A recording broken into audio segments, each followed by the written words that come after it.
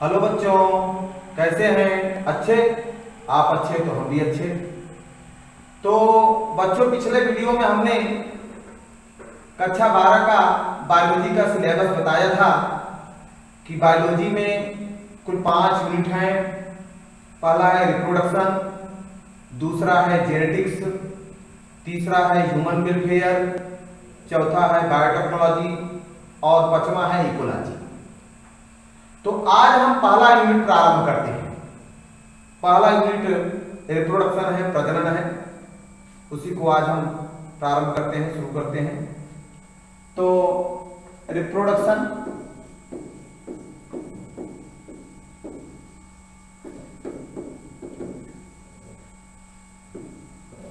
Reproduction को प्रजनन या जनन भी कहते हैं।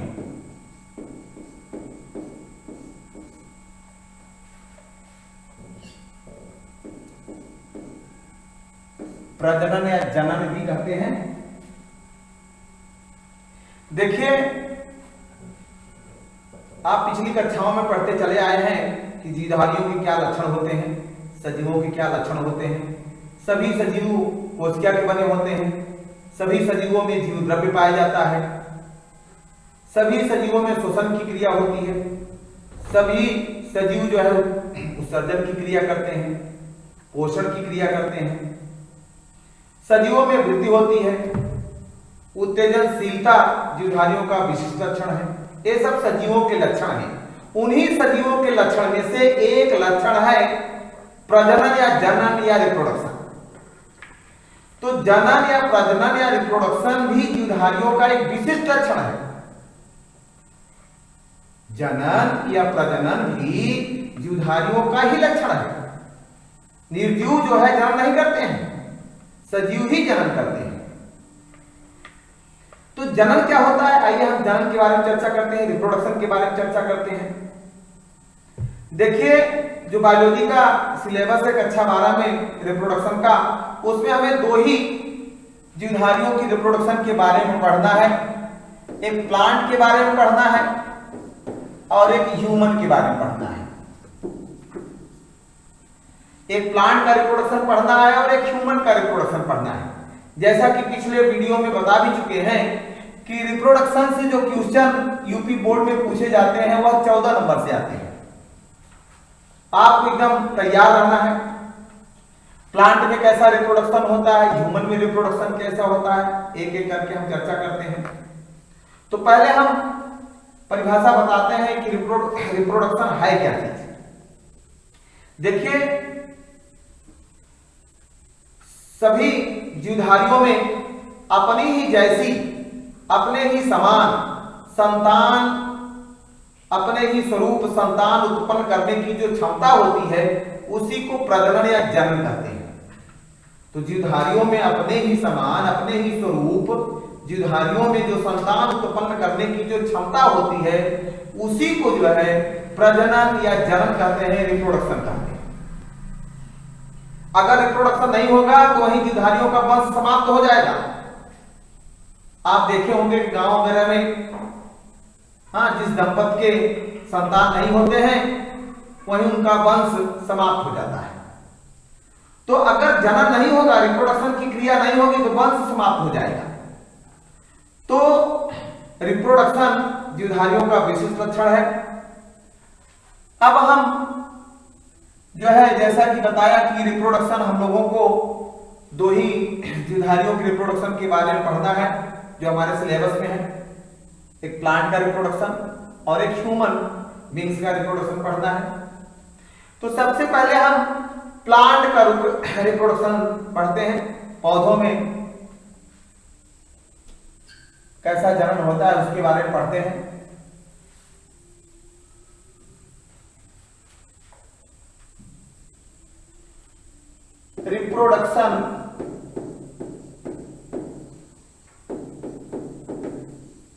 Reproduction in plants.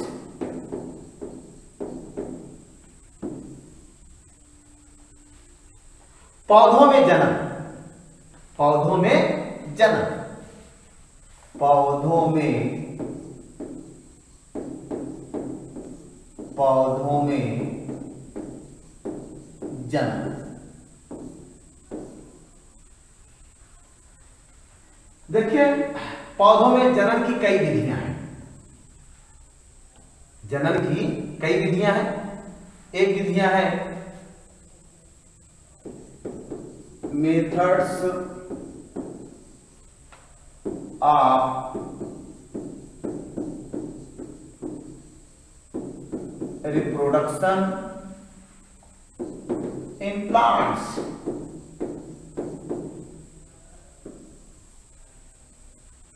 द्विधारियों में जनन विशिष्ट लक्षण होता है। प्लांट का जनन हम लोग पढ़ रहे हैं। तो प्लांट में जनन की 3 विधियां होती हैं। एक विधि होती है वेजिटेटिव रिप्रोडक्शन।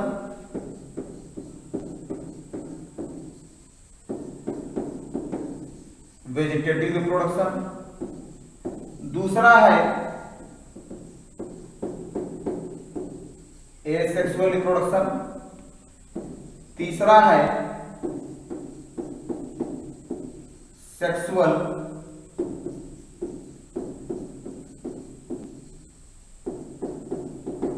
रिप्रोडक्शन।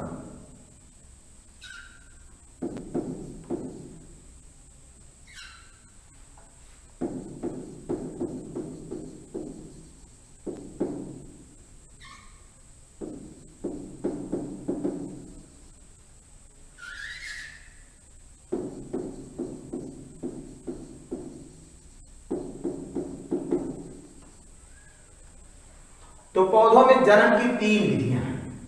कौन कौन? Vegetative reproduction, asexual reproduction, sexual reproduction. Vegetative reproduction को हिंदी में कायिक जनन कहते हैं। कायिक जनन। एसेक्सुअल रिप्रोडक्शन को हिंदी में कहते हैं अलैंगिक जनन।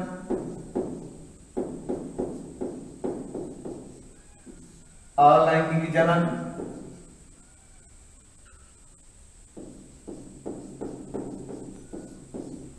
और सेक्सुअल रिप्रोडक्शन को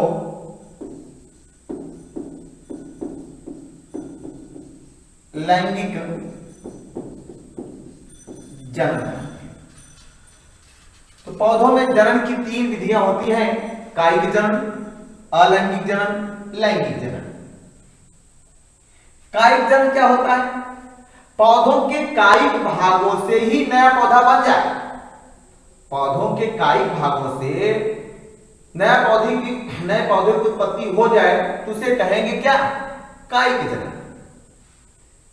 जैसे गन्ना है, गन्ना को काट काट करके लगा दिया जाता है, नया गन्ना तैयार हो जाता है। आलू के कंद को काट काट करके लगा दिया जाता है, नया आलू तैयार हो जाता है। हल्दी को काट काट करके लगा दिया जाता है, नया हल्दी तैयार हो जाता है। अदरक को काट काट करके लगा दिया जाता है, नया पौधा तैयार हो जाता है। ब्रायोफिलम अजूबा पत्ती होती है, हाँ, उस पर कलिकाएं होती हैं। वो पत्ती जब नम स्थान पर गिरती है तो उससे नया पौधा तैयार हो जाता है।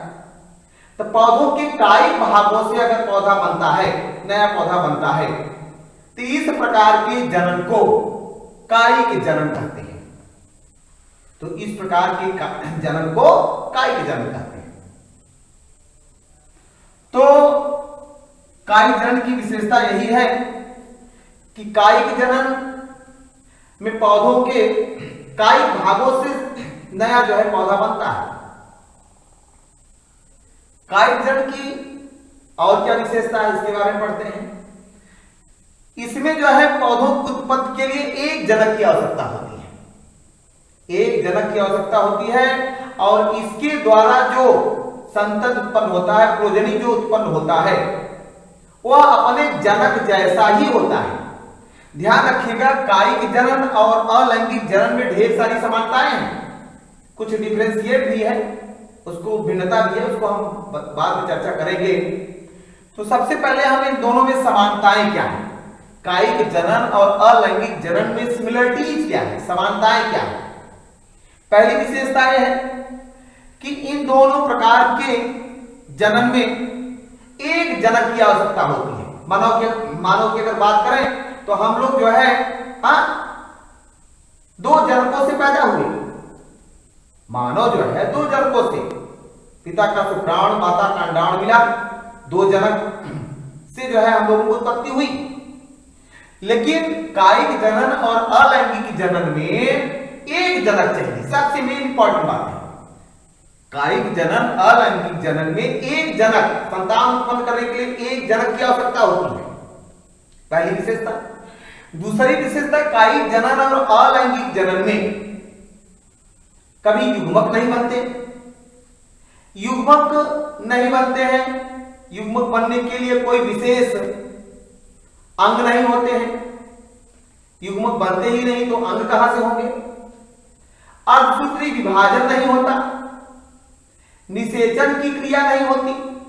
और सबसे इंपॉर्टेंट बात यह है कि इन दोनों के द्वारा जो संतान बनेगा, जो संतति होगा, वह अपने जनक जैसा होगा, फोटोकॉपी होगा। हम फोटोकॉपी निकालते हैं, सेम टू सेम आता है। तो इनके द्वारा जो संतान उत्पन्न होगा वह अपने जनक जैसा ही होगा। हम अपने जनक जैसे नहीं हैं। हाँ, हमारे अंदर हमारे जनक के कुछ लक्षण आए हैं, सारे लक्षण नहीं आए, कुछ लक्षण आए हैं। तो कायिक जनन और अलैंगिक जनन में जो संतान होगा वह अपने जनक जैसा होगा। उस जो है संतति को, उस प्रोजनी को क्लोन कहते हैं, पुंजक कहते हैं। ध्यान रखिए, सबसे मेन इंपॉर्टेंट बात यह है कि कायिक जनन अलैंगिक जनन में युग्मक नहीं बनेंगे, अर्धसूत्री विभाजन नहीं होगा, निषेचन की क्रिया नहीं होगी,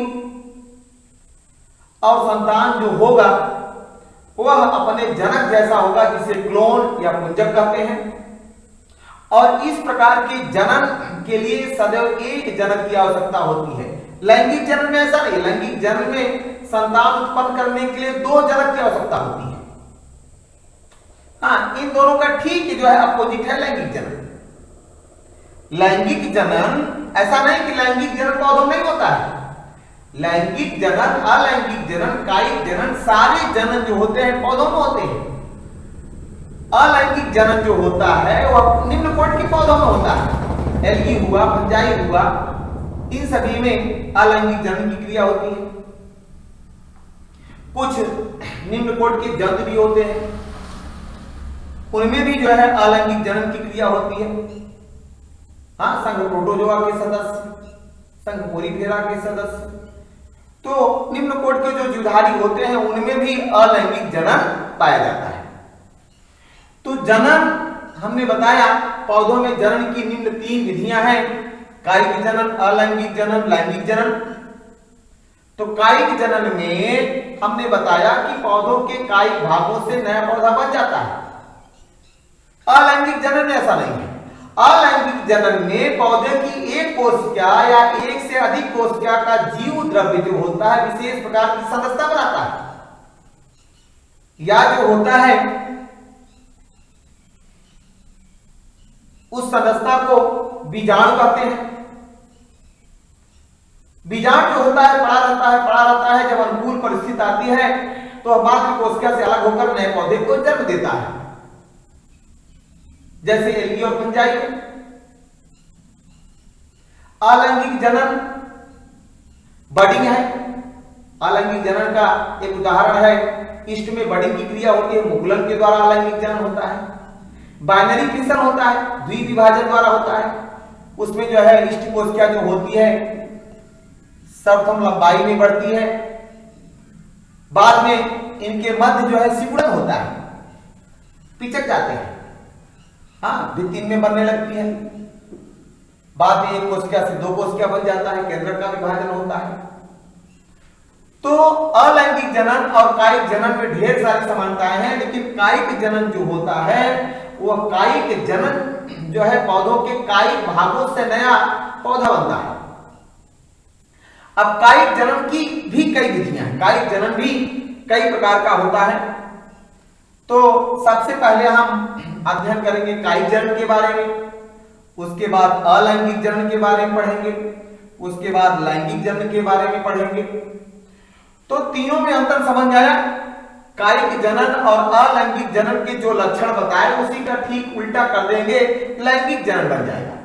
अर्थात लैंगिक जनन में दो जनकों की आवश्यकता होती है। लैंगिक जनन के फलस्वरूप उत्पन्न संतान अपने जनक जैसा नहीं होता है, क्लोन नहीं होता है, फोटोकॉपी नहीं होता है, सेम टू सेम नहीं होता, ये विशेषता है। लैंगिक जनन के लिए विशेष प्रकार के जननांग होते हैं, युग्मक बनने के लिए जननांग होते हैं। युग्मक गैमीट, गैमीट दो प्रकार के होते हैं, दोनों समान भी हो सकते हैं, दोनों असमान भी होते हैं। एक नर कह सकते हैं, दूसरे को मादा कह सकते हैं। शुक्राणु अंडाणु क्या है? गैमीट है, युग्मक है। शुक्राणु जो होता है नर में बनता है, मानव में बनता है, मेल में बनता है। अंडाणु जो होता है फीमेल में बनता है। तो शुक्राणु अंडाणु क्या है? युग्मक है, गैमीट है। तो इसमें लैंगिक जनन में गैमीट बनता है, युग्मक बनता है। अलैंगिक जनन में, कायिक जनन में युग्मक नहीं बनते हैं। इनमें अर्धसूत्री विभाजन होता है, लैंगिक जनन में अर्धसूत्री विभाजन होता है। निषेचन की क्रिया होती है और जो है संतान जो होगा वो अपने जनक जैसा नहीं होगा। इस प्रकार जो है कायिक जनन, अलैंगिक जनन और लैंगिक जनन में ये रही भिन्नता और कुछ जो समानताएं। तो सबसे पहले हम लेंगे पहला जो हमारा टॉपिक रहेगा method of reproduction in plants में। इसको हिंदी में पौधों में, हिंदी भी आपको बताते चलेंगे, पौधों में जनन की विधियां, पौधों में जनन की विधियां।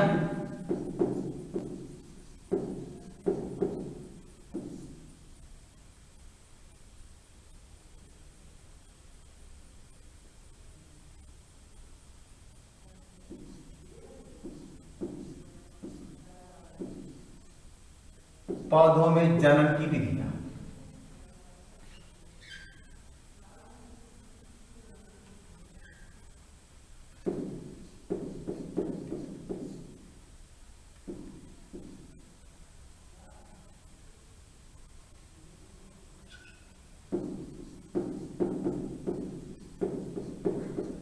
पौधों में जनन की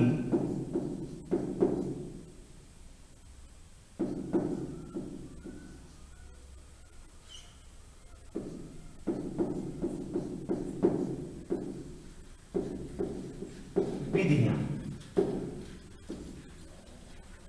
पौधों में जनन की विधियां। तो पौधों में जनन की तीन विधियां बताया, कायिक जनन, अलैंगिक जनन, लैंगिक जनन। तो पहला हम लेते हैं कायिक जनन।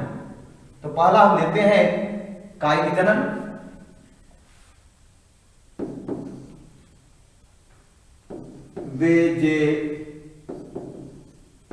वेजेटेटिव रिप्रोडक्शन इन प्लांट्स।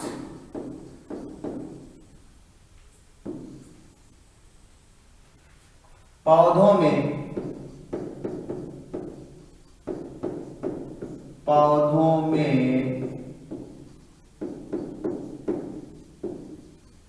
कायिक जनन। पौधों में कायिक जनन भी दो प्रकार का होता है। पौधों में कायिक जनन के भी दो प्रकार हैं। एक है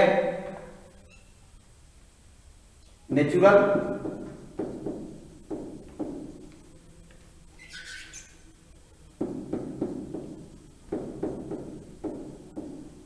एक है नेचुरल, हिंदी में से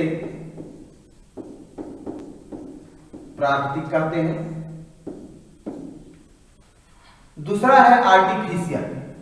natural वेजेटेटिव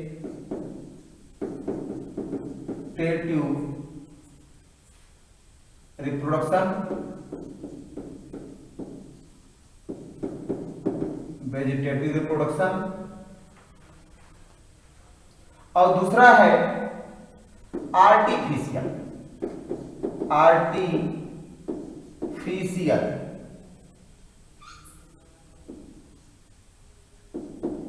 artificial means man made, man made, कृत्रिम, आर्टिफिशियल वेजिटेटिव